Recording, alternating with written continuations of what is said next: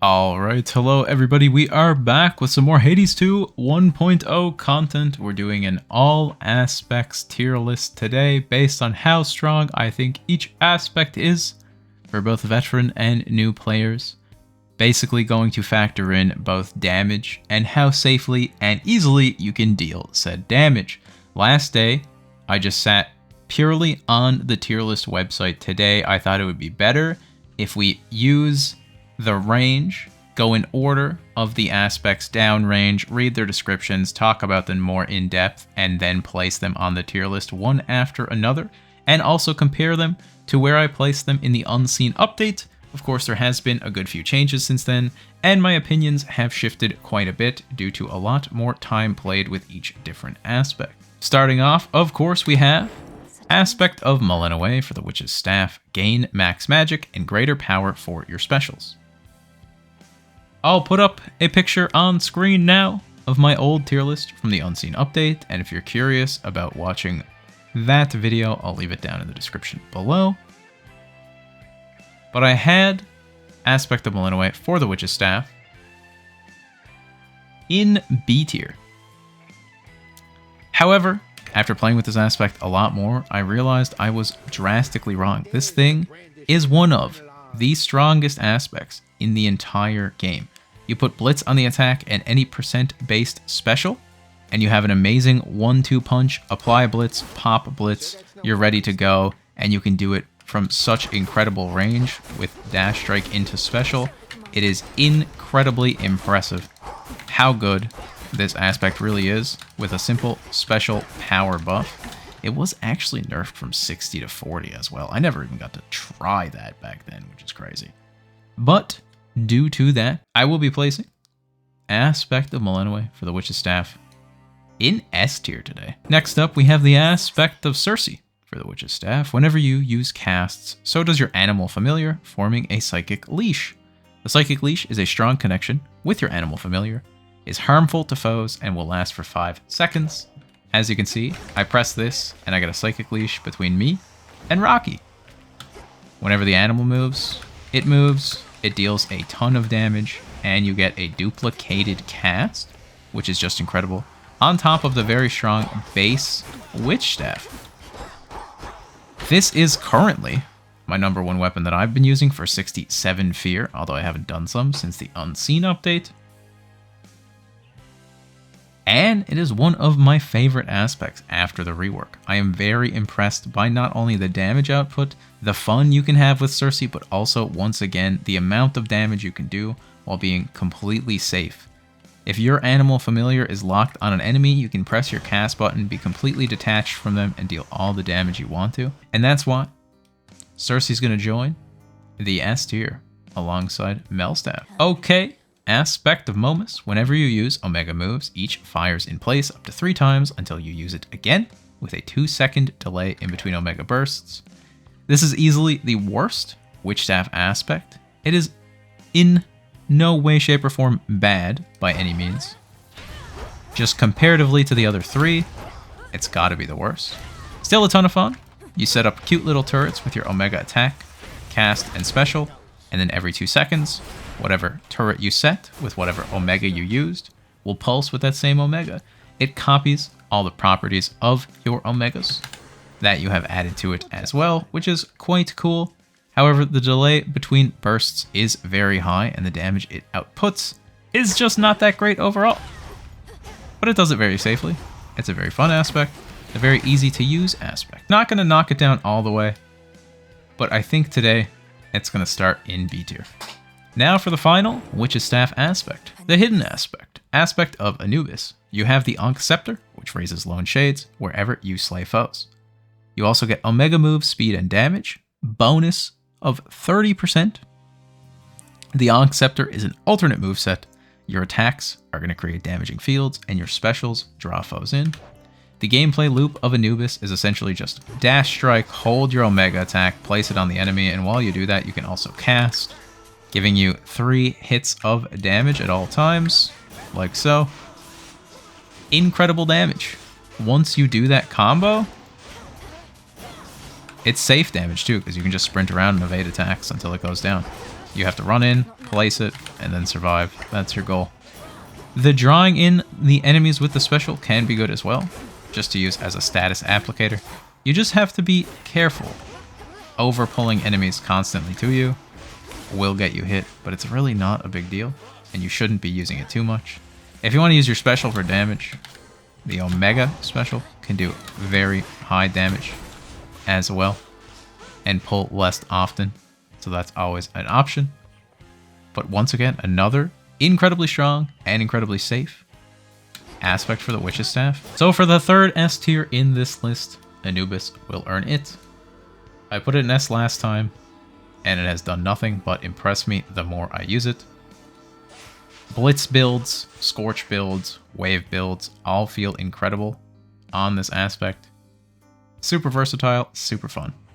Couldn't be happier with this hidden. Now we're on to the Sister Blades. First up, aspect of Melinoë. Your attacks and specials deal more damage by striking foes from behind. The Sister Blades did receive a range buff in 1.0, however, they are still incredibly stubby, close range weapons, which make them very dangerous, especially while bossing. Not only that, but you would think they're a high mobility weapon as they're very short, close-range, assassin-based daggers. However, the attack pattern leaves you rather stuck in the mud, unable to move during most of it. So once you commit to it, you better be confident in getting all of your attacks out before having to run away from any sort of an attack from an enemy. Otherwise, you are getting hit. And you would think the trade-off for all of that would be some pretty overwhelming damage. Sadly, it is not. I think the Sister Blades are probably the weakest overall weapon in Hades 2, and they still need a lot more love and a lot more help. They have a fun concept, but a very rough execution. For that reason, I'm going to go 2 in 1 here, and we'll talk about the next one in a second, but I am putting both the aspect of Melinoë and the aspect of Artemis for the Sister Blades in D tier already. The aspect of Artemis, while you channel your Omega attack, you occasionally parry, then riposte right after.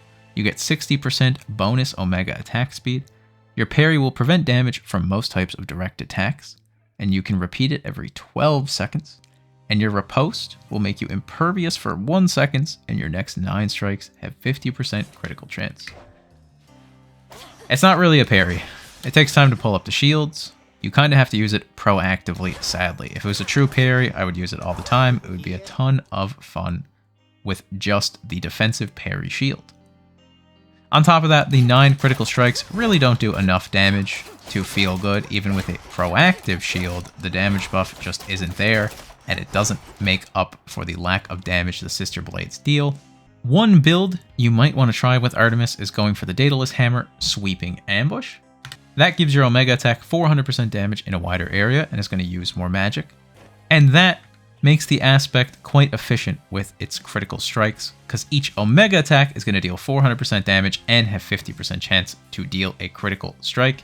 However, with the introduction of the aspect of Morrigan, the hidden aspect for the Sister Blades, using that Daedalus Hammer combo with that aspect just yields much greater results. So the one unique build that I thought the aspect of Artemis once had has been usurped by the Morrigan, which is exactly why I placed it down in D tier alongside Mel Blades. And we have the aspect of Pan. Your specials seek foes in your casts and fire more shots if you channel longer. Omega special max shots plus 5. Basically, you're going to put your cast down on an enemy, charge up your special, let it go, and then you can dash away. It deals very good damage. However, this whole combo takes a very long time. You can also charge your special, and as you do, drop your cast if your enemy is in it. That is an option. But you do not get to dash until you're done throwing your daggers. I am holding it down as I'm throwing them and getting my dash instantly. That is as fast as you can do it. When it comes to bossing, especially with the addition of Vow of Rivals, being immobile for that period of time is going to lead you to getting hit more often than not. And in relation to room clear, having to run around a room, place a cast on an enemy, and then kill them with a nice charged Omega special does not exactly feel great when you're under time pressure. It takes so much time to do so, rinse and repeat over and over until you clear that room. The one bonus Pan does have is bossing. It is a DPS monster when you get it all set up with a solid special and a big magic regen. You drop your cast down on an enemy and you let it all rip. It will deal tons of damage. For that reason, I'm not giving it the same treatment as the other two Blades aspects. We'll put it in the C tier. It's definitely not as strong as Nomus by any means, but not as weak as Mel Blades or Artemis Blades in my opinion. Then we have the one standout aspect of the Sister Blades. Aspect of the Morrigan. You have the Crow Cutters, which can perform the Ritual of the Blood Triad. Blood Triad damage of 777. The Crow Cutters is an alternate moveset. Your attacks are going to hit 3 times, your heavy specials hit repeatedly in flight, and the Blood Triad, you land an attack, special, and omega move against a foe to inflict heavy damage. It looks like so. These are your lovely Blood Triad combos. And then of course your base Crow Cutter attacks. You just have 2 attack patterns. This is your dash strike, and then you have attack 1 and attack 2. Very nice, very good damage, very solid range, and a very fun omega loop with your attack, your special, and any omega move, cast, attack, or special will proc that third triad circle, which is quite nice. You can do attack-based builds with the Morrigan. You can do omega attack-based builds with the Morrigan. It has some pretty fun aspect-specific hammers. The one caveat to the aspect of Morrigan, of course, would be the fact that there is a level of awareness you're going to need to have in combats when you're trying to focus on not getting hit and dealing damage. You also need to know which attack you need to land to trigger your triad, which can be tricky sometimes. Overall, it's a beautiful aspect. It's a ton of fun to play. It's incredibly strong, and it has a good few versatile builds. I couldn't be happier that the hidden aspect for the Sister Blades is a good one. It has something. I wish the rest of the Sister Blades were as unique, fun, and strong as the aspect of the Morrigan. And for that reason, it's going straight up in S tier with the rest of the staffs. On to the torches now. Starting with the aspect of Melinoë. Your attacks and specials may deal critical damage, with a critical chance of 10%. The torches were completely reworked with the Unseen update to have a new attack and special pattern, which is quite interesting. I still haven't decided if I like the old torches or new torches more. Both are overall great. The Mel torches, I would say, are decent. They are a Melinoë aspect, meaning they're going to be more basic, but that doesn't mean they can't be strong and powerful. They do have really solid range. They are a magic-based aspect, so you're going to need to put together a magic regen and keep up with your max magic. They can output a ton of damage with fine lines and ripple effect, as well as ocean swell. However, any build you can do with Mel torches, you can do better with Moros. This is a strange one. It really doesn't have its own identity due to that. And it's always going to deal less damage and be the lamer little brother of the aspect of Moros. So I'm going to put it in B tier because it is an overall pretty good aspect. It's just anytime someone tells me they really like Mel torches, I always just recommend them to play Moros, and it's never gone wrong yet. Then we have the cooler older brother aspect of Moros. Your attacks linger for 2 seconds and explode in a blast if struck by your specials. Blast damage of 60%. You're going to play it the exact same way as you would play Mel torches. You're just going to do more damage while doing so. The only caveat is you can let your Omega specials down on Mel staff, whereas on Moros, you really want to focus on 100% uptime of your Omega specials, because the damage the ghosts deal by themselves just isn't enough without the blasts, which are caused by the Omega specials. You always want to have them up, and you always want to be placing the enemy at your Omega special range for Moros to deal the optimal, safe amount of damage. And what a crazy amount of damage it can output with various different builds. It really doesn't need much to get going, unlike Mel torches, and that means it's going right up in S tier with the rest of the crew here. And now we have the aspect of Eos. Your Omega attack fires a Daybreaker. That deals damage in an area around it every 2 seconds. Daybreaker blasts damage 150. Daybreaker is a slow seeking shot that blasts nearby foes and copies your specials. It's limited to 1 at a time. Eos takes the best advantage of the Arcana card called Night. You have 15% chance to deal critical damage with each move in an Omega combo. Why does Eos take such great advantage of this card? You're gonna Omega Special. You're then gonna channel your Daybreaker.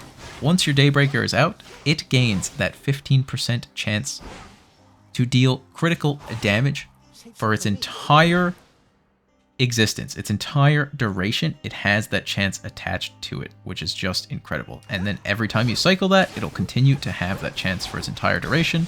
And then of course, after Omega Specialing and summoning a Daybreaker, you just want to tap your special and deal a ton of damage and have a ton of mobility. Feels very, very good. I put Eos very low on my tier list last time, in D tier. And with the Torch special change in the Unseen update, as well as using Night, after playing with it on 62 Fear, and doing precisely this, I was so incredibly impressed. I was left with Lover Barriers at the end of a Kronos fight, if I remember correctly. And this can actually deal a ton of damage, and do it completely disjointed from you. You Omega Special, you Omega Attack, and even if you don't want to keep your damage as high as possible, just Daybreaker with its critical chance, and the special around it can deal a ton of damage completely on its own, screen wide. The tracking can be sort of bad sometimes, and if you're dealing with a high mobility enemy, it's going to have some trouble chasing it down. But overall, this is probably most improved aspect in my eyes as time has went on. So today, I'm going to place it in A tier. I would genuinely rather play Eos over Momus or Meltorches. And I'm happy to say that. Then the final Torch aspect. The hidden aspect. Aspect of Supay. You have the Devil Sparks, which also enhance your Rush Boon. Rush Boon damage 30%. Devil Sparks are an alternate moveset. Fires automatically Omega Attack and Omega Special Rain Hail for 4 seconds. This aspect is the #1 most nerfed aspect in Hades 2 since its conception in the Unseen update.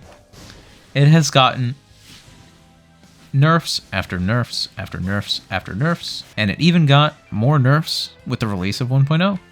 Why? I have no idea. It's still pretty darn strong. It has a good Omega attack. It has a decent Omega special. If you put a Rush Boon on it, which is any dash boon, the best one being Breaker's Rush, in my opinion, you get an extra 30% bonus damage from that Rush Boon. You can throw some status on your attack and special, and there's a ton of different builds you can use on it. Romantic Spark and Zeus Blitz is one that comes to mind, alongside a Breaker's Rush and maybe even a Beach Ball. And you can output a ton of damage on this still. I also have a ton of fun using this aspect, I have to admit. I didn't like it at first because it was definitely too strong when it released. I don't think it deserved 4 different waves of nerfs, but I still enjoy playing it even after all that. However, a big change they made is the attacks and specials will no longer stun enemies as well, which makes this a very dangerous weapon to use, admittedly. Due to the nerfs it suffered, as well as the lack of defense it has, I don't feel comfortable placing it any higher than B tier today. Okay, this is probably going to be the biggest switch up since my last tier list, as both the aspect of Melinoë and the aspect of Thanatos have received some pretty nice buffs in 1.0. But first off, for the Moonstone Axe, we are on the aspect of Melinoë. You gain bonus attack power and max HP. It used to be 35. They added another 15 to both. So when you equip this weapon, you get 50 extra HP and 50 extra base attack power. You swing it. It's really slow. You see, that's why they gave it attack power. Makes sense. The thing is, you don't actually use the regular attack. You use this special move right here, which just received a speed increase, and you use your dash strike. And then you completely avoid the 1 negative of this weapon, and you deal a ton of safe, really strong damage. And you just happen to also get bonus HP for no real reason. 35, it was pretty solid. Adding 15 base power and max HP, I think it's fantastic. However, if you find yourself using the base attack pattern, you will get caught getting hit quite often, especially as you start to fight the Vow of Rivals bosses potentially, or increase the Vow of Frenzy. So be careful with that. You can also build it in to some Whirlwind stuff. That does pretty well. Overall, the buff actually did help it quite a bit. The extra HP gives it inherent survivability, and it can do a ton of very safe, very fast damage if used properly. I had it in C tier last day. Today I would put it in A tier. I'm starting to become a Melax believer. You'll see that on the channel soon enough. Then we have the aspect of Charon. Your casts are up like a stronger Omega cast if struck by your Omega special. Cleave cast size and damage 30%. The way this weapon works is you place your cast down, you use your Omega special, it erupts your cast like an Omega cast. It uses any properties you have of your cast and Omega cast, as well as your Omega special. It does a ton of very high long-range damage. If you add channel speed to this, it makes your slam even faster. You can also stack each different Omega cast effect on this aspect, and they will all be used in tandem as of the Unseen update. For that reason, there is no other place than S tier for the aspect of Charon. Aspect of Thanatos. Your attack is faster, and each strike grants mortality until you take damage. 40% bonus attack speed. It used to be 30%. It was buffed. And that 10% really does mean a lot. Wow, it feels a lot better now. I am very impressed by this aspect once again. Mortality, of course, is a fleeting bonus of 2% critical chance for your Omega moves, up to a max of 20%. Whenever you hit an enemy, you stack 2%. When you're full stacked, your Omega moves will have another 20% critical chance on top of whatever else you have. Very good. Very strong Omega builds can be done with this. Very strong regular attack builds can be done with this, especially now with the attack speed boost. Not only that, but it also did get its special buffed in speed, as that was a general Moonstone axe buff, so it really helps Thanatos out as well. It has some pretty great range. It can deal some pretty solid damage. I wouldn't say it's one of the higher end damage weapons in the game, but it is very safe. And once again, the one issue with the Moonstone axe, being its very slow swing, is negated by its innate 40% attack speed bonus. Whether you want to play an Omega attack or an attack focused build, you can do so. And that's why I would put Aspect of Thanatos up in A tier today. Then we have the Aspect of Nergal. You have the Rock Lion Mace and become Berserk after you strike foes. You Berserk after exactly 9 strikes, and the Rock Lion Mace has an alternate moveset. Heavy attacks and Omega special deal damage in a wide area. The Berserk state will make your attacks and specials 65% faster and restore 1 HP per foe hit for 8 seconds. This aspect was slept on when it was released in Unseen. A ton of fun, but no one really thought it was that strong. And then it was discovered to have one of the best Omega-based builds once you got the Daedalus Hammer Psychic Whirlwind to allow you to freely attack while Omega attacking, with a very wide whirlwind effect that would help you get into the Berserk state much faster and take advantage of that lifesteal and attack speed. Not only that, but its Berserk state healing goes through the Vow of Scars completely. Even if you have this vow right here turned up to 100%, you will still be able to heal using the Berserk state healing. It's an intended healing effect that pushes right through the vow, so it can really help you out the higher fear you're trying to climb. It can also do a pretty good amount of damage with just an attack-based build. It did get a few small buffs as time went on. And like I said, it's a ton of fun. If you get the Hephaestus Legendary with this aspect, the Berserk state goes from 9 strikes to 4 as well, which can be pretty crazy. I gave this aspect S tier last time, but that was only with the caveat of having Psychic Whirlwind, and I don't want to do that for my ranking. This is an overall ranking when you're generally playing the weapon, not when you're going for a very specific Daedalus Hammer. For that reason, and how slow it is, even though it can deal some pretty good damage, and any damage you take, you can always be ready to heal off, I would think I would put it at the very bottom of A tier, maybe even at the top of B tier. Now we're on to the Argent Skull. Still not even a scratch. And the first aspect of the Argent Skull, aspect of Melinoë. Your attacks have more power for each shell fired and not yet retrieved. The power per spent shell is plus 12. You have exactly 4 shells. They have unlimited range. Whenever you special, you will pick up all your shells. You're hitting for some pretty darn good damage with some pretty good fire rate, and being able to pick them right up with your special and deal damage while doing so feels pretty good. It's a long range, high damage weapon with a whole second dash worth of mobility. The only thing is, you have to keep track of where your skulls are and make sure you're in range to special to pick them up. It has a very wide range of doing so it's not very hard. And although I don't really prefer to use this weapon, I will admit I think it is very strong and almost underrated these days. Its damage output is incredible, and it can do it from the entire screen away. You don't even have to be able to see your enemy to deal damage to it. And the change that allowed you to pick up all your ammunition with a simple special really helps as well. For that reason, I'm going to place Mel's Skull in A tier today, the bottom of it. But A tier nevertheless. I will probably reorder the tiers a little bit at the end as well. I'm just doing this as we go. Next we have the aspect of Medea. Your attack stays within reach and explodes after landing your specials for 3 seconds. Attack and specials damage plus 90%. This did technically receive a nerf with 1.0. It just fixed a bug where the attacks and specials percent of 90% was applying to a few of your cast boons like Storm Ring. It doesn't do that anymore. It never was supposed to. However, Medea deals some of the most damage in the entire game in an incredibly fun and fast way, with the caveat of it being an incredibly close range weapon. You press your attack button, it's loaded in your hand, you have to run into an enemy with your special to explode it or wait 3 whole seconds, which is just way too long. So if you want to deal big damage, you really have to get in an enemy's face.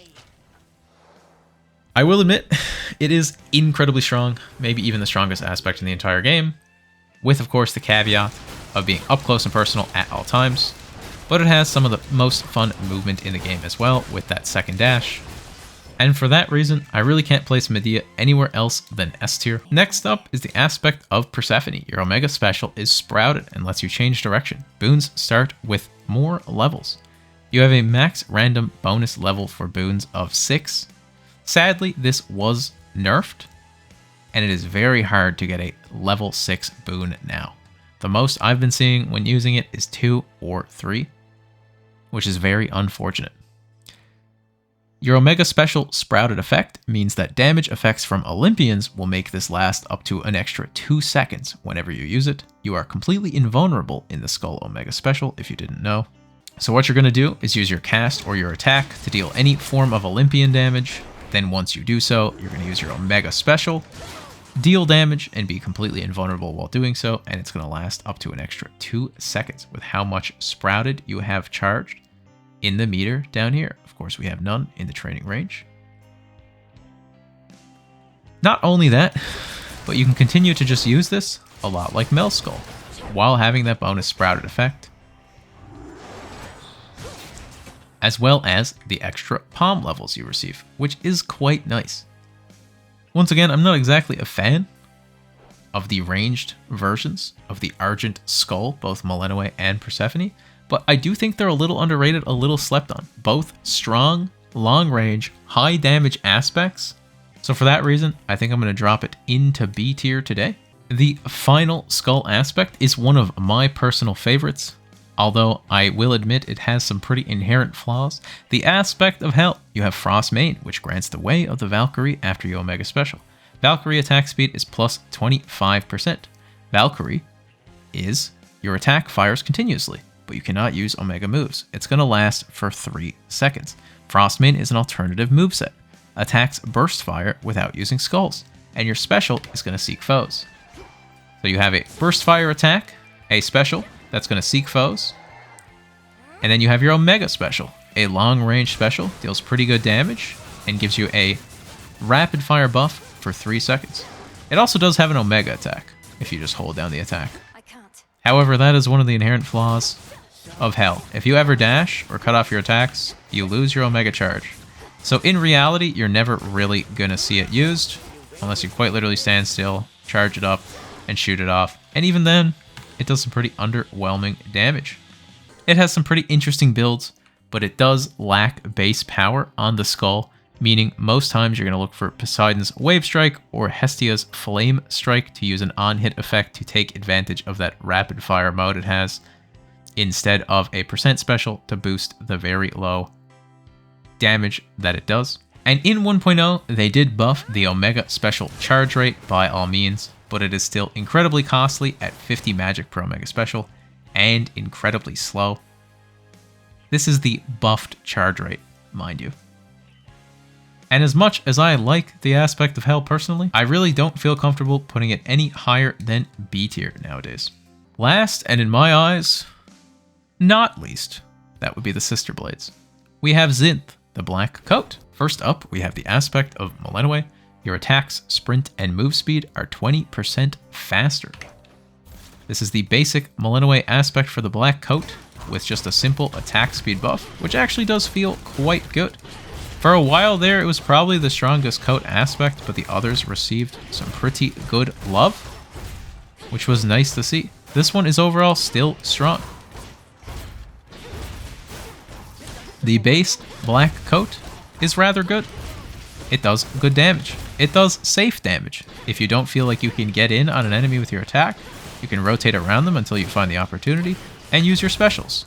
You have a good distance closer in your dash strike that is a multi-hit, and then you have a pretty decent range attack these days that has been buffed in both attack speed and damage over time.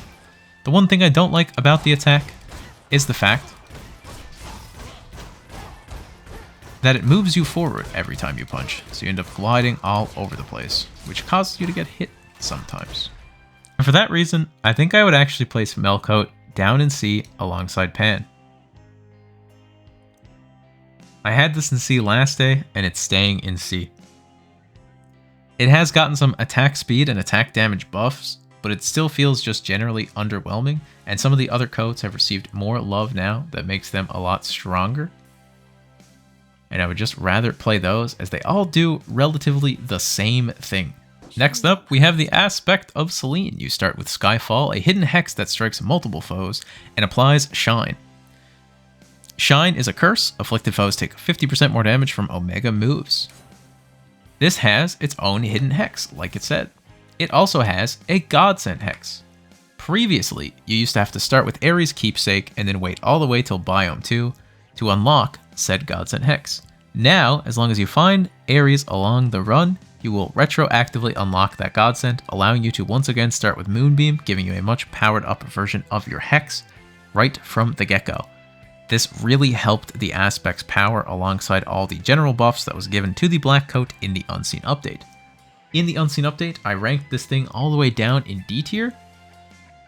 I don't think I'm going to be doing that today. It does take good advantage of night cycling with an Omega special into an Omega attack, and then eventually you're going to charge up your Skyfall Hex, which you can use, debuffing enemies with Shine, making them take 50% more damage, and dealing very good damage once you get a good few upgrades into it.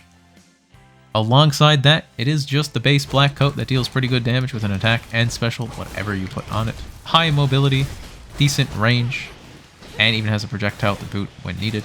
With the introduction of Godsent changes, and the very nice change to retroactive Godsents, I think I would actually place Selene above Melcoat, but still in C tier. It's not exactly the best aspect, and coat isn't exactly the best weapon. The aspect of Nyx. The strongest black coat, without a doubt. You have Omega Boost, which lets you produce Night Spawn after you activate it. Night Spawn damage is 75%. Omega Boost, you hold your sprint to use 30 magic to power up your sprint, dealing 250 area damage on impact. Night Spawns, your attack and special also split in two that deal reduced damage and will last for 5 seconds. Just like so. Very good, very strong, more damage, yes, Night Spawns, bigger AoE. Like I said, this does everything that Melcoat wants to do, but does it much better. This is a fantastic aspect. This is what the black coat should be. The other aspects really need a better identity. Yes, I understand Mel aspects are basic. Even still, we can make it stronger at least.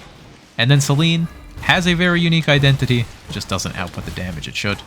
But oh my Atlanta. They continued to buff and buff and buff Nyx, and they finally have it to a point where it's not only fun, but also incredibly good at dealing damage, and doing it in a very safe way. Once you use your Omega boost and trigger that, you have 5 seconds of incredible Night Spawn boosted rocket damage that can spread effects like no other. Last and certainly not least, one of my favorite aspects, Last and certainly not least, one of my personal favorite aspects, the aspect of Shiva. You have Purifying Grace, which absorbs Omega Special Blast to grow Destructive. Your max Destructive ranks is 6. Purifying Grace is an alternative moveset. Your Omega attack hurtles forward, specials fire bouncing shots. Destructive, of course, your Omega attack deals plus 50% damage per rank, then will reset this effect. What you're going to do, once again, really good at night cycling, taking advantage of that Arcana card. Use your Omega special, bounce, bounce, bounce. Hey, look at that, 3 destructive stacks. So you can go ahead, Omega special, deal damage, charge up your Omega attack, let it rip. Congratulations, you completed a Shiva cycle. You continue to do that over and over, and you deal incredible damage doing so very safely. As the entire time you're dealing damage with your Omega special and charging up your Omega attack, you are blocking as well. Not only that, but it has a pretty solid attack, a slow but long-range dash strike, and a good high-damage regular special in case you need it at any point. I really like this aspect. Its biggest drawback, in my opinion, is just its magic inefficiency. Why does it cost 45 for an Omega special and then 30 for an Omega attack? Holy moly, my entire bank account is drained with one Omega combo. Please give me something. I will admit, this is probably where I have the most bias because I enjoy this aspect so much, and I know a lot of people don't, and a lot of people enjoyed when it was more focused on the regular attack. However, I would still place this, once you can get around its magic inefficiency, in A tier. It deals so much damage in such a safe manner, it is almost silly what it can do. If it just didn't use all of its magic reserves in 2 seconds, I think a lot of people would really appreciate this aspect. Because right from the get-go in Erebus, or in Aphera for that matter, you are begging for a magic regen on this thing. Now that completes our tier list for today, but I do want to do some reordering. Strongest at the left, weakest of the tier to the right. What do I think is truly the strongest and safest aspect in Hades 2? Or at least can deal the most damage in the easiest and safest way possible? I would have to give it to the aspect of Circe, I think. You have a very strong base weapon in the Witch's Staff, with a psychic leash between you and your familiar, which can deal up to almost 1,000 damage. It's like 700 or 800 damage, depending on your global modifiers, to an enemy every time you proc it. You can have 100% uptime on the leash, and you just get a second cast. It is just doubling cast damage, adding in a whole new way to deal damage, and you still get a base strong weapon on top of all that. You can play completely disjointed from your animal familiar and just let it do all the work if need be, with something like Tula or Rocky as well as they track the boss. Very, very well. And overall, it has to be, after the rework, one of the strongest aspects in Hades 2. Number 2 would have to be Melstaff for me. That combination of attack blitz, use special to then pop the blitz, is another easy to use, high damage, amazing 1-2 punch. Then I would say it's Medea, number 3. Medea vastly outperforms Circe and Melstaff for damage, in my opinion, especially at the top end of what Medea can do under certain circumstances. However, it is much more dangerous to deal said damage. You have to be on top of the enemy, unlike the other two. So that's why I would rank it a little bit lower, especially when it comes to new players. Then I think I like Anubis 4th. The reason I wouldn't put Anubis any higher is it requires a magic regen, which can be an issue. Also, if you use the regular attack, it has a very long animation which will cause you to get hit. You always need to be dash striking. Then you need to hold that dash strike and land your Omega attack, which can also be another challenge. And if you overuse your special, you get too greedy for damage, or you don't think about the pull you're about to do, that will also get you hit. On top of that, the attack does not stun enemies, so although you are free to run around and dash and dodge, dip, duck, and dive, while your Anubis aspect is dealing a ton of damage, those enemies are not getting hit stunned like they would be on the other two staff aspects. So you do have to be much more wary of a lot different attack patterns going on at the time. Then I would say it's the aspect of Charon. This has some of the best damage output in the game, and you can do it from a far range, but it is also very committal. Once you choose to do your Omega Special Slam, you have thrown all your eggs in one basket, and if you made a poor decision leading up to that, you are probably getting hit for it. I know it can be a little bit clunky on controller without rebinding as well, so I will have to fault it for that for you all. Then I would say it's Moros. Once again, can deal some of the most damage in Hades 2. Incredibly mobile due to it being an Umbral Torch. You can be dashing while holding down your attack at all times. Once again, it is a magic-oriented aspect. And on top of that, it does require you to keep your Omega specials up at all times. Channeling them slows you down, doesn't really allow you to move, and is where you will get hit more often than not, which can definitely be a problem. I like Morrigan in S tier still. Really fun, high damage. It does have a bit of a ceiling and it lacks range. Morrigan at the bottom of S tier feels right. It can deal a lot of damage. It is incredibly fun. It does have a little bit of a skill ceiling in my opinion. For some of the newer players, you might struggle to do your Morrigan combos. Continue to practice, stick it out.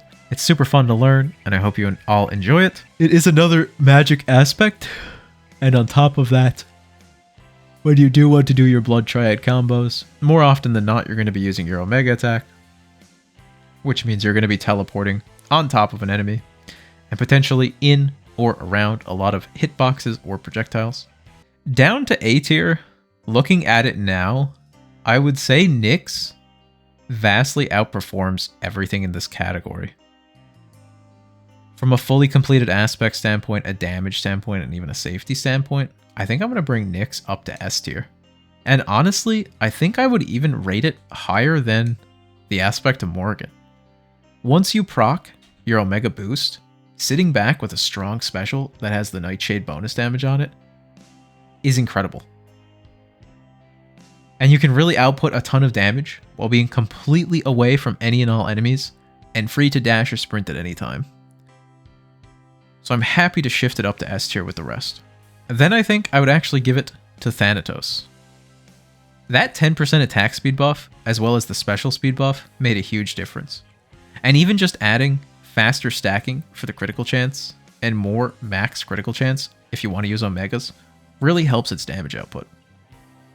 Very happy to see a gorgeous weapon getting some much needed buffs. Then I think it's going to be Melinoë. It's a very high damage, high base power, long range, safe weapon that really can output a ton of damage. It's not exactly the most fun and doesn't have a crazy variety of builds, but if you're looking for an easy win, if you're looking for a strong aspect that does some very simple things very well, Melinoë is your girl. I think the rest of A tier is exactly where I like it. At this point, Eos can output some great damage very safely, and I had it vastly underrated last time. Melax, after the extra HP and base power buff, is feeling real good, real clean, and don't forget, of course, the special speed on that too. And then I really do think more people need to give Shiva a chance. Give it a look, give it a try. If it used less magic, I would put it in S tier. I can't even lie. And I did put it in S tier last day because it had just came out and I was having so much flippin' fun with it. But over time, the amount of magic it costs to do a simple combo really does just upset me. Down to B tier, I'm looking at Nergal and I'm realizing that it probably does deserve to be an A with the rest. And the bottom of A seems like a perfect spot for it to stay. I think it's outperforming everything in B, and I think the fact that Berserk Healing goes through Scars makes it incredible. The attack speed from Berserk, Hephaestus Legendary taking Berserk down to 4 hits, and the Omega builds you can make with this makes it a very impressive aspect. You just have to put together some rather specific stuff, and if you're using Nergal at a base level with its slow attack speed, it can be a little rough. But the more you use it, the better it gets, and it has a pretty high ceiling when it comes to damage. And if you focus all in on the Berserk healing, I'm sure you can do pretty well with it as well. Down in B tier, I would probably take Hell right to the top. It is a safe, long-range, decent damage-dealing aspect. It just has another magic inefficiency problem. Its Omega attack basically doesn't exist, and the Omega special still takes a very long time to charge, with Valkyrie only lasting 3 seconds doesn't exactly feel great, and it being very limited on its attack to performing well with on-hit effects. I would keep it down here for now. Then it's probably Supay for me. The issue with Supay, of course, is the fact that it's never going to hit stun an enemy, and it's got nerf after nerf after nerf after nerf, so even if its damage isn't great, and its survivability isn't great, is leaving it in B tier. I would probably go Persephone next. To me, it's just a worse Mel Skull. The longer Omega special can be good, but you have to get some Olympian effects on the go, and you have to get a magic regen going, and then once that's all said and done, it does still deal decent damage. You also just have to get lucky with the palm levels, really, which is unfortunate. The safety is definitely there. The damage can be good, not great. I think it's a lot easier to have a strong Mel Skull run than it is to have a Persephone run. And I would say overall, Momus and Mel torches don't have any innate issues by any means. They're just very basic aspects that deal basic amounts of damage. And then our C tier. At this point, if I had to play a C tier weapon, I would turn off the game. But then if I rebooted it and really had to play a C tier weapon, I would probably want to play Pan. Premier Poseidon Pan build is back. It does now work again, which is nice. Outside of that, it's not doing much, and with the introduction of much more difficult bosses, the immobility on this aspect really causes you to get hit quite a bit. I used to rate Melcoat a lot higher than Selene, and then the God Sent Hexes came out, and then they became retroactive, and now Selene has just eked out Melcoat for a higher spot in C tier. But both of them are rather underwhelming, and I would just use the other coats if I had a choice. And then there is the Sister Blades. Aspect Artemis and Aspect Melinoë. These things are rough. They have no range. They don't do what they do safely. They don't deal good damage. They really don't even have that many fun builds to use. Yes, there is Trick Knives, but we are not factoring in specific Daedalus Hammers today. If we were, Pan and Nergal would be an S tier for Trick Knives and Psychic Whirlwind. This is the base aspect, played and picked up and used how it was intended by Supergiant Games. And the Sister Blades, from a concept, look amazing and should play amazing, but they are by far the most disappointing weapon in the game. Okay, that is going to end our all aspects tier list for today. Let me know down in the comments below what you agree with me about, what you disagree with me about. I'll put up an image of our tier list and its finished product versus our tier list in Unseen as well, right now. If you enjoyed today's video, please do give it a like. It really does help me and the channel out a lot. And if you want to keep up with more of my Hades 2 1.0 content, please do consider subscribing to the channel. Thanks again for watching. Okay, bye. And a massive thank you to my members for supporting the channel. Zuko's Honor, Horia Dragomir, Avocado Anna, Gayud, Mice Jr., Shag Daddy, Vetatoid, Rob Wallace, Katarina V, Seneca, Ticola, Hideki 504, Andy Fu, Saint Naive, But What About the Hostages, Nightcrawler, David Hyman, and Paul.